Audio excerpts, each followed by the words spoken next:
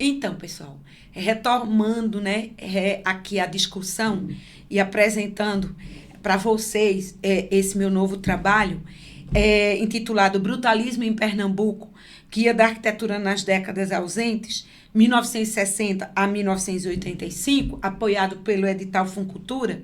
Eu vou falar aqui para vocês de uma forma breve, sem entrar tanto em detalhes, para não me delongar muito, né? Porque é um spoiler do que tem no livro. Eu vou falar aqui sobre as obras simbólicas desse brutalismo recifense e dessa região metropolitana, tá certo? Eu separei 21 obras, tá certo? Para serem trabalhadas aqui, e eu vou falar um pouquinho sobre cada uma delas. E antes de tudo, eu queria dizer que para eu analisar essas obras, eu usei uma metodologia que eu venho adotando desde 2017 e publicada na revista Projetar em 2019, que chama Notas sobre Métodos para Pesquisa Arquitetônica Patrimonial, onde eu trabalho análise das dimensões, análise histórica, normativa, dimensão espacial externa, interna, a dimensão formal, a funcional, tá? A tectônica, analisando a estrutura, a cobertura, os detalhes, a materialidade e, finalmente, a questão da conservação dessas obras. Bom, a gente vai começar, tá? Numa ordem cronológica, tá certo? Pelo Complexo Esportivo do Esporte Futebol Clube, que fica ali na Ilha do Leite, tá certo? É um projeto do Augusto Reinaldo, tá certo? E que é um grande complexo esportivo formado pela sede, pelo estádio, pela parte de piscinas, pela parte de vestiários, quadras, mas que tem como elemento brutalista preservado pela lei municipal, pelo DPPC, da Prefeitura da cidade do Recife, o bloco do Salão de Festas, que vocês estão vendo em tela, um projeto do arquiteto Augusto Reinaldo. Um projeto belíssimo que adota pórticos em concreto, armado aparente e panos ou planos de cobogós em cimento. Uma com pé direito duplo, escada belíssima também em concreto. Uma obra realmente ímpar. Dentro dessa questão dos estádios de futebol, a gente também traz no livro, tá certo, o Complexo Esportivo do Santa Cruz Futebol Clube. O Santa Cruz, ele foi projetado pelo Reginaldo Esteves, que era torcedor fanático, né, pelo Santa Cruz Futebol Clube, e que trabalha com a equipe no estádio do Arruda, né, ali na Avenida Professor José dos Santos. O Santa Cruz, a área dele, tá certo, tem a parte da arena, onde tem as arquibancadas, que foram sendo acrescidas, né, adicionadas de acordo com as décadas, com as demandas, e tem também a parte da sede, que vocês estão vendo aqui na tela. Então, são dois blocos, e todos dois brutalistas. O bloco da sede é belíssimo, e aqui no slide a gente vê os grandes pilares, né, que lembram um pouco até a unidade de habitação de Marsella, que eu acho uma influência muito grande, tanto de Le Corbusier quanto de Pierre-Louis de Nevy nos estádios de futebol, né, com esses grandes pilares, as marquises que avançam tudo em concreto aparente. Realmente impressionante, e eu aconselho a quem quiser ver o brutalismo de perto, visitar tais obras. E aí, entro na obra de um outro tipo de brutalismo, né, que eu diria que é um brutalismo mais suave do que os estádios de futebol, que é o brutalismo presente na obra do antigo seminário regional, projetado por Delfim Amorim, Marcos Domingues, Florismundo Lins e o Carlos Correa Lima. Esse prédio, gente, ele fica no município de Camaragibe, no Grande Recife, ali na estrada de Aldeia, do lado direito, e onde funcionou durante anos a FOP, a Faculdade de Odontologia de Pernambuco, Foi um prédio projetado para ser da igreja, mas quando a ditadura entra, briga com a igreja e o prédio não é concluído, fica inacabado, não é construída a igreja tão linda, tá? Mas só a planta em forma de S. Ele, como nunca foi, a obra foi acabada totalmente por conta desse problema político, certo? Ficou mais de 10 anos sem uso e na enchente de 75, o governo pegou a pessoas que estavam sem teto, em áreas de risco, e botou no prédio para ficar enquanto as águas baixavam. Nisso, as famílias nunca saíram e ficou uma ocupação. Até hoje, um lado do prédio é uma ocupação, certo? E o outro ficou uma escola estadual e no outro a faculdade de odontologia. Esses usos não entraram em sintonia. A faculdade de odontologia sofreu muito, pedia para sair do prédio, porque os alunos eram assaltados, o prédio era assaltado, não tinha segurança, tinha vários problemas por causa da obra inacabada. De modo que esse edifício hoje está abandonado, cheio de mato, patrimônio público estadual e precisa ser algo feito. Pode passar. E aí, gente, a gente tem o edifício Santo Antônio, que foi construído mais ou menos na mesma época do seminário, tá? Só que foi pelo Bossói, que faz na Dantas Barreto esse projeto, que é ao fundo do convento, né, de Santo Antônio, ali no bairro de Santo Antônio, na Dantas Barreto. É uma joia da arquitetura pernambucana, porque ele se eleva sobre um pilotis e tem uma fachada principal envolvida com uma pele de cobogós que o Bossói desenhou especificamente para esse edifício. Gente, esse edifício eu tive, né, o prazer de estudá-lo no meu doutorado. Então, é um edifício que eu conheço bem, certo? E ele está todo analisado aqui no nosso livro e vocês podem usufruir dessa análise. Outro prédio que eu tenho, assim, uma relação muito grande com ele, porque meu pai trabalhou lá a vida inteira, desde a sua fundação até a sua morte, é o edifício sede da Sudene, certo? Projetado num primeiro momento por Glauco Campelli e equipe, mas não foi construído, e no segundo momento por Maurício Castro, coordenando uma equipe formada por Paulo Roberto Barros, pelo Ricardo Coceiro e pelo Pierre Heitler, certo? Esse prédio ele está na cidade universitária, em frente ao Hospital das Clínicas, na BR-101. É um edifício enorme, tá certo? Com vários blocos, tá? Que teve o seu apogeu, mas com a crise que a Sudene passou em governos passados, tá? Ela decretou uma falência, o prédio ficou fechado e depois foi usado como alguns pavimentos, como tribunal de justiça, alguma coisa assim, eu não sei exatamente o uso agora, mas, e aí depois ficou fechado de novo. O Instituto Técnico usou um bloco térreo que era na área externa desse bloco principal, de modo, gente, que depois de muita celeuma, esse prédio hoje ele está cedido para a Universidade Federal de Pernambuco. E a Federal de Pernambuco, depois de vários estudos na prefeitura da cidade universitária, bateu o martelo para que ele seja um braço de um porto digital na cidade universitária. Então, está sendo já viabilizado parcerias para o projeto de restauro, tá certo? E captação de recursos para implantar aqui pós-graduações, cursos de capacitação, como fosse uma continuidade do que existe no bairro do Recife, sendo aqui e junto com a Federal de Pernambuco, onde a gente sabe que a tecnologia da informação é tão priorizada. Eu fico feliz que o edifício tenha esse uso, porque ele realmente tem soluções maravilhosas. Outro prédio, certo, que também é típico do brutalismo pernambucano, é a antiga sede do Bandep. E veja que interessante, ele foi projetado pelo Bossói no seu escritório, certo? Já existia um embrião, ele pegou tipo fosse uma reforma, só que ele faz um corpo novo para o edifício. Ele está localizado na ilha do Recife, certo? Que o bairro do Recife é tombado pelo IPHAN. Então, esse edifício ele está protegido pela lei do IPHAN.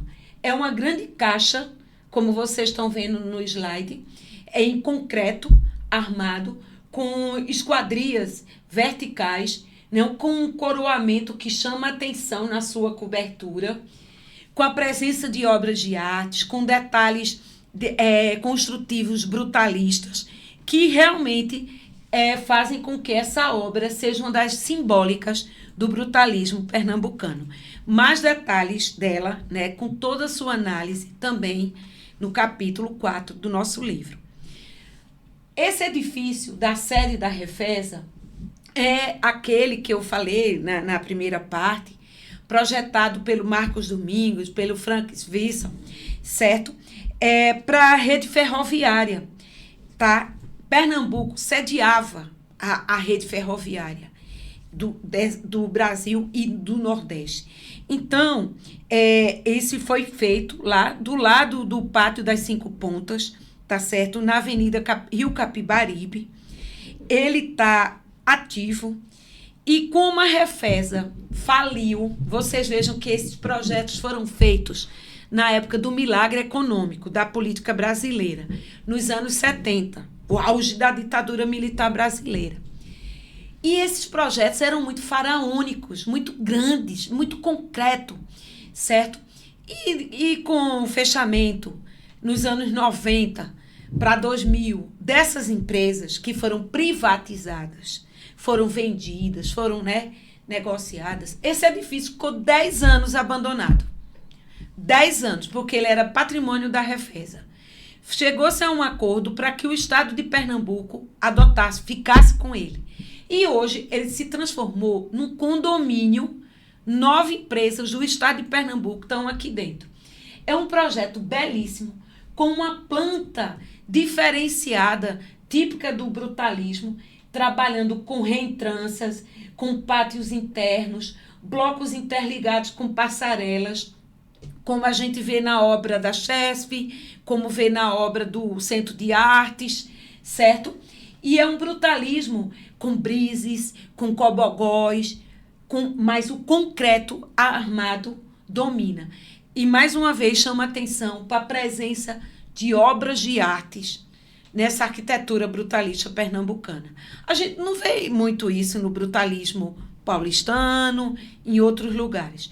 Mas Recife, como tem a lei, que é a obrigação, desde 1965, obras acima de 2.000 metros quadrados terem obra de arte, gente, é impressionante a quantidade do acervo artístico presente nessas obras. Na Refesa, a gente vê painéis do Brenan, enormes, né, compondo aquele pavimento térreo. Outra obra simbólica do brutalismo recifense é o Geraldão, projeto do arquiteto paulista Ícaro de Castro Melo, tá certo? Feito nos anos 70. Esse, felizmente, lá na Imbiribeira, é um ginásio de esportes para jogos de vôlei, basquete, campeonatos nacionais e internacionais. Felizmente, ele está bem preservado, passou por um processo de restauro. Inclusive, o professor Fernando Diniz deu a consultoria e me passou muito material importante, né? Eu tive acesso ao projeto arquitetônico que fez com que eu pudesse apresentar para vocês um material gráfico muito rico com fotos que eu produzi através de visitas. A próxima obra, a gente vai ver, certo, o edifício sede da IBM. Gente, eu fiquei muito triste porque esse edifício ele está descaracterizado. Quando ele foi feito ali na Avenida Agamenon Magalhães, tá? O Jerônimo Cunha Lima e o Carlos Pontual se associaram, como eu falei na parte 1, para projetar esse edifício. Um prisma, né, em concreto, com um arremate no coroamento da cobertura que chama atenção com essa inclinação e era todo em concreto aparente, com vidro fumê. Chamava atenção por estar elevado num platô por conta das enchentes e para dar mais monumentalidade, mas com a venda do edifício e com o fechamento da IBM em Recife, esse prédio passou para o Tribunal Regional Eleitoral, que o descaracterizou. Revestiu com granito, fez um auditório com pastilhas coloridas e o edifício está descaracterizado. A próxima obra que a gente vai ver, ela está no campus da cidade universitária da Federal de Pernambuco. Lá no campus, a gente tem a obra da Biblioteca Central da Federal, que é esse projeto muito bonito, muito elegante, muito proporcional, muito equilibrado, do Maurício Castro, certo? Que fez em parceria com o arquiteto Antônio Didier, certo? O projeto, a gente redesenhou as plantas, né? Para entender essa arquitetura, essa solução. E a gente vê uma nítida influência da modernidade nessa planta ainda com uso de mostra, porque Maurício Castro era muito, né, dessa linha da racionalidade moderna e tinha trabalhado com Mário Russo. E o edifício, ele tem essa planta racional, né, ainda moderna, mas a sua volumetria é muito brutalista, tá? Com esses pilares brises em concreto aparente, tá? E os fechamentos das vedações em tijolo aparente, tá certo? Bom, esse edifício da CELP, que é a antiga Companhia Elétrica de Pernambuco, hoje está com a Neoenergia e está muito bem conservado. Ele é tombado em nível municipal, ele é um IEP, um imóvel especial de proteção patrimonial. Foi projetado pelo Reginaldo Esteves, com Vital Pessoa de Melo e com a colaboração de Dinauro Esteves também, que na época era desenhista, né, e estagiário, e colaborou muito no cálculo dos brises Soleil, que marcam essa volumetria, né, e chama atenção o jardim, a integração do edifício na paisagem. Ele não tem muros, ele é como se fosse uma grande praça, com obras de arte lindas, né, com várias esculturas, espelhos d'água. E o detalhe da escada, gente, é belíssimo. Todo em concreto aparente. Realmente eu sou apaixonada por esse edifício e eu fico muito feliz que ele esteja preservado. Já não posso dizer o mesmo do edifício onde eu estudei, o Centro de Artes e Comunicação. Gente, esse projeto fica numa quadra dentro da Federal de Pernambuco, certo? Eu estudei nele a minha graduação toda, certo? E em 79, quando eu entrei para fazer arquitetura, ele estava há pouco tempo inaugurado, então ele estava bem conservado, original, né? Mas ao longo dos anos, eu fiquei muito triste quando eu fui visitar na pesquisa mais atual, o ano passado e retrasado, e ver que os brises Soleil foram arrancados de fachadas, se colocou um monte de condensador, de caixa de ar-condicionado, e a volumetria, né, que dava para o Cefiche, totalmente descaracterizada. E um prédio, gente, que, tipo assim, Reginaldo Esteves, o Dinauro Esteves, Adolfo Jorge, fizeram com tanto esmero, porque é a casa de arquitetura pernambucana, né?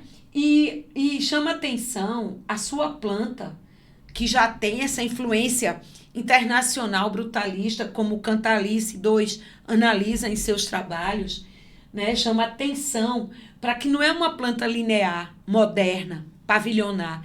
Ela é uma planta que trabalha com esse jogo de cheios e vazios, apesar de modulada, criando pátios internos e essas ligações de passarelas, né? Então, é um projeto que tem ainda atributos, mas que precisaria um cuidado maior por parte da própria prefeitura universitária da Federal de Pernambuco. Outro projeto que tem sido assim estudado por mim, pelo Elton, que está aqui com a gente, né? Em PIBICs, em pesquisas paralelas que eu tenho feito, é o Parque Histórico Nacional dos Guararapes, que fica no Montes Guararapes, em Jaboatão, certo? Um grande parque feito nos anos 70 pelo Armando de Holanda e equipe, uma equipe de paisagistas, uma equipe de arquitetos, sociólogos, certo? Que projetou vários equipamentos, mas que apenas alguns foram construídos. O Armando de Holanda, e aqui eu quero agradecer ao Instituto Armando de Holanda, na figura de Isabel Holanda, né, de Holanda, filha do Armando, que nos facilitou acesso ao material de pesquisa dessas plantas, fazendo com que a gente pudesse redesenhar, reconstruir e analisar. A gente já produziu um material muito grande e gráfico, bem como textual, publicado em livros brasileiros e também internacionais, certo? E como eventos sobre essa obra. Uma obra que usa cascas de concreto, que ele adotou esse sistema construtivo da pré-fabricação, com painéis belíssimos de Atos Bucão, demonstrando a sua influência da UNB, onde ele fez, nos anos 60, a sua especialização. Outro prédio, que eu fiquei muito feliz com esse, que eu vou mostrar, é o prédio da sede da Chesf, antiga Chesf, hoje Eletrobras, conhecido como Edifício André Falcão, onde eu vou lançar presencialmente, né, agora, em março, o livro, em Recife. Tá? Esse edifício, gente, felizmente, ele se encontra muito bem preservado, certo? A Eletrobras, tem feito um trabalho bonito, junto com os técnicos da Chesf, que amam esse edifício, que, sabe, assim, se orgulham desse patrimônio. Os jardins estão conservados, os volumes são conservados, as obras de arte, os brises. Então, assim, é um exemplo de como tratasse uma obra brutalista. A parte do concreto, não está um concreto com sujicidade, nem com crosta negra, como a gente vê no CAC, por exemplo, ou na Refesa. Ele aqui não, ele está limpo, ele tem manutenção de cobertura, ele tem manutenção de fachadas. É um exemplo, certo? E foi muito bom eu poder ter acesso, e aqui eu agradeço a Chesf, a Eletrobras, de ter me permitido o acesso ao edifício diversas vezes e poder escrever sobre ele, registrar, documentar e trazer para vocês os resultados dessa pesquisa. Voltando para o campus da Universidade Federal de Pernambuco, a gente tem lá mais uma obra, fora a biblioteca, fora o CAC, que é o NPD, projeto do professor falecido, né, Elvio Polito, faleceu cedo, tá? Mas deixou esse exemplar belíssimo.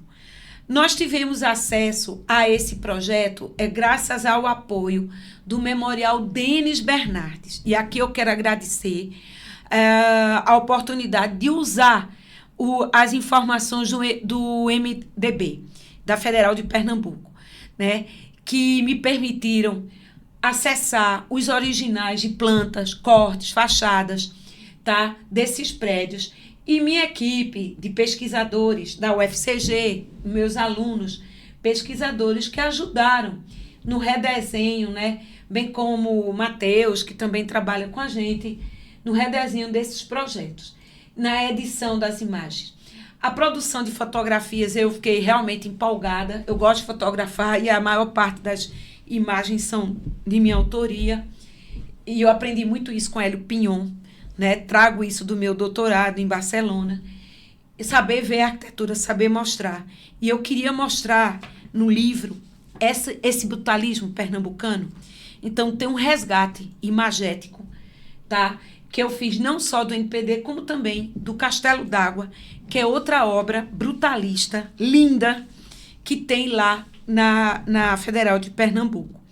Eu só fiquei com pena porque essa obra ela está sendo maltratada. desculpe a sinceridade aos colegas da Federal de Pernambuco, mas pintaram o concreto de amarelo e pintaram a base, a plataforma de azul. Então, tipo assim, o concreto é para ser aparente. A proposta do Van der Kolk era ele aparente.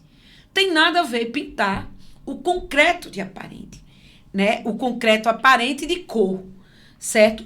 Então, o NPD é esse projeto belíssimo que está dentro do campus universitário, tá certo? E que eu trago aqui para vocês. A outra obra, o Centro de Convenções de Pernambuco, que foi um concurso nacional, onde 3 arquitetos se uniram e apresentaram essa proposta, que ganhou esse concurso e que eu trago de uma forma bastante elucidativa, um levantamento fotográfico, material gráfico com plantas e coletados com um texto de um dos próprios arquitetos, o Leonardo Oba, né, que apresentou no Docomomo, com uma revista Projeto, que também me facilitou esse acesso ao material.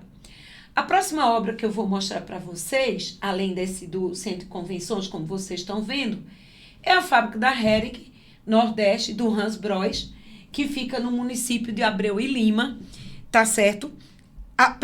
De Paulista, no bairro de Paratibe, tá certo? E que é composta de vários blocos, tá certo? E o monobloco principal é o que chama atenção pela sua proposta brutalista.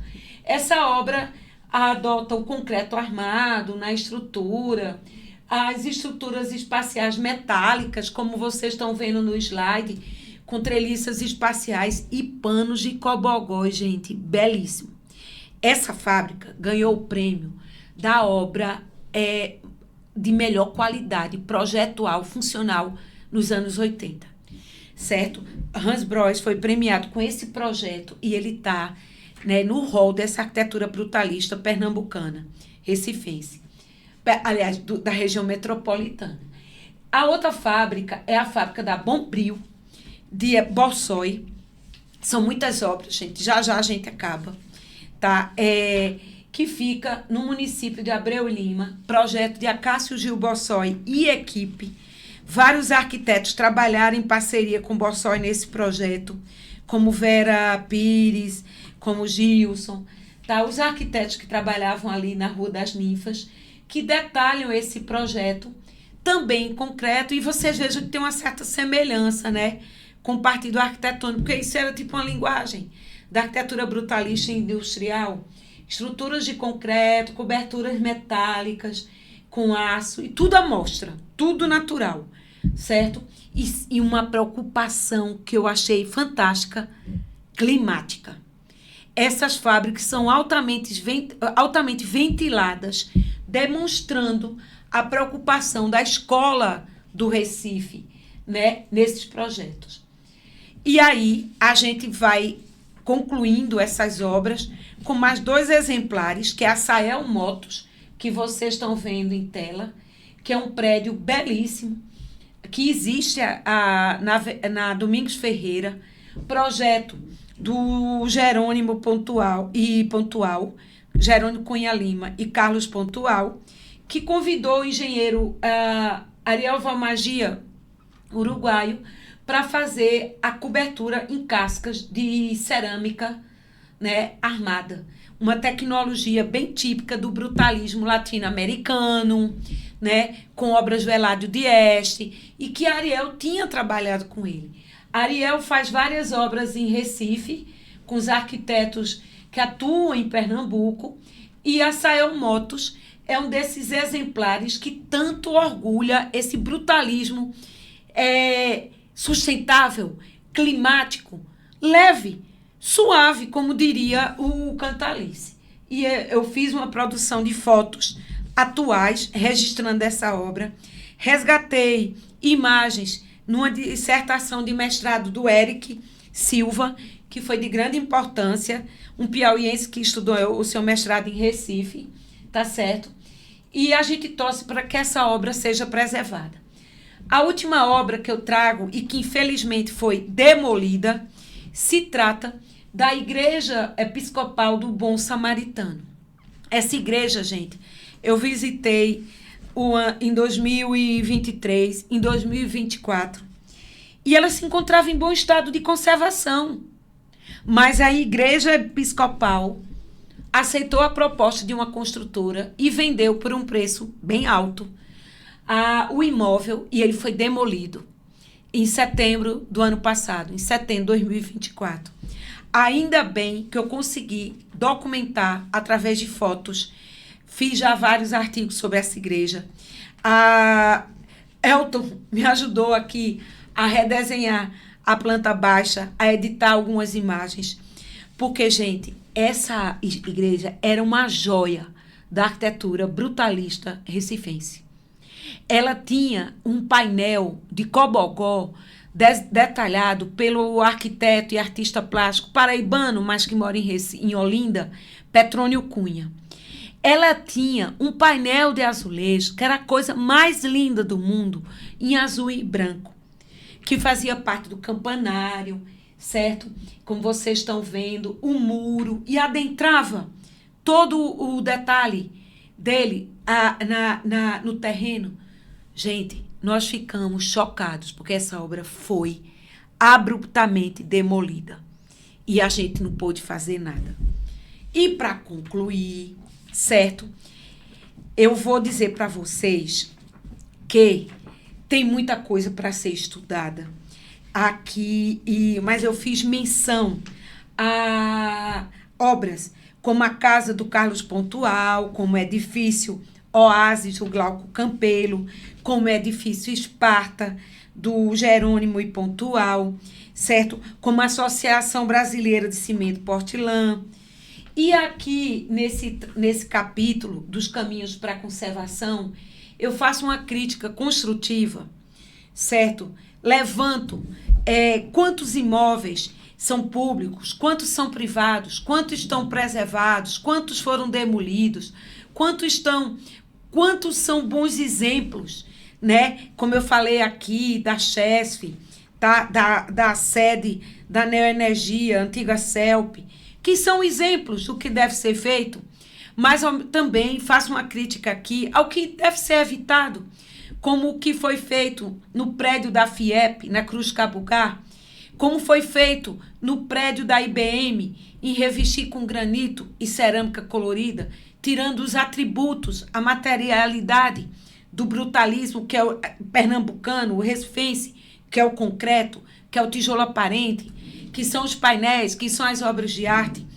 Então, e o que aconteceu com a Igreja do Bom Samaritano, sabe? É assim uma insensibilidade tão grande por parte dos atores envolvidos, que eu peço aqui nesse lançamento desse livro, que os órgãos de preservação que atuam em Pernambuco, como o IFAM, que é federal, como a Fundarp, que é estadual, como o DPPC, que é municipal, e cada região, cada cidade, como Paulista, Abreu e Lima, Jaboatão, cuidem desse patrimônio, colaborem, porque somente através do diálogo, da gestão compartilhada, tripartida, né, desses órgãos, é que o trabalho pode ser feito.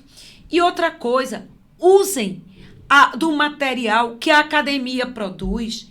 Vejam as dissertações de mestrado que existem, certo? Que estão citados aqui no livro. Esse livro, certo? É uma contribuição para que estudantes, para que professores, pesquisadores aprofundem mais cada tema. Ele não se acaba aqui.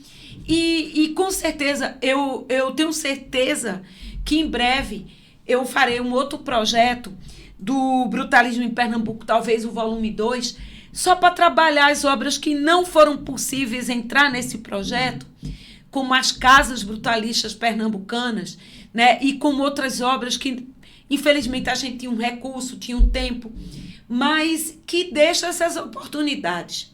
Queria também pedir ao governo de Pernambuco que olhe o seu patrimônio, que tenha cuidado com a Refesa, que tenha cuidado com o Seminário do Nordeste, que proteja legalmente essas obras, as arquitetas, esses órgãos, esses técnicos, que peçam, que encaminhem, porque não é possível a gente ver o Seminário do Nordeste entregue lá, abandonado. Isso nos dói e a gente se sente impotente do que pode ser feito para resgatar essa arquitetura brutalista, né, pernambucana, recifense. Então é isso, gente. Quem quiser adquirir o livro, ele está disponível na nossa livraria virtual do grupo Pesquisa e Arquitetura e Lugar.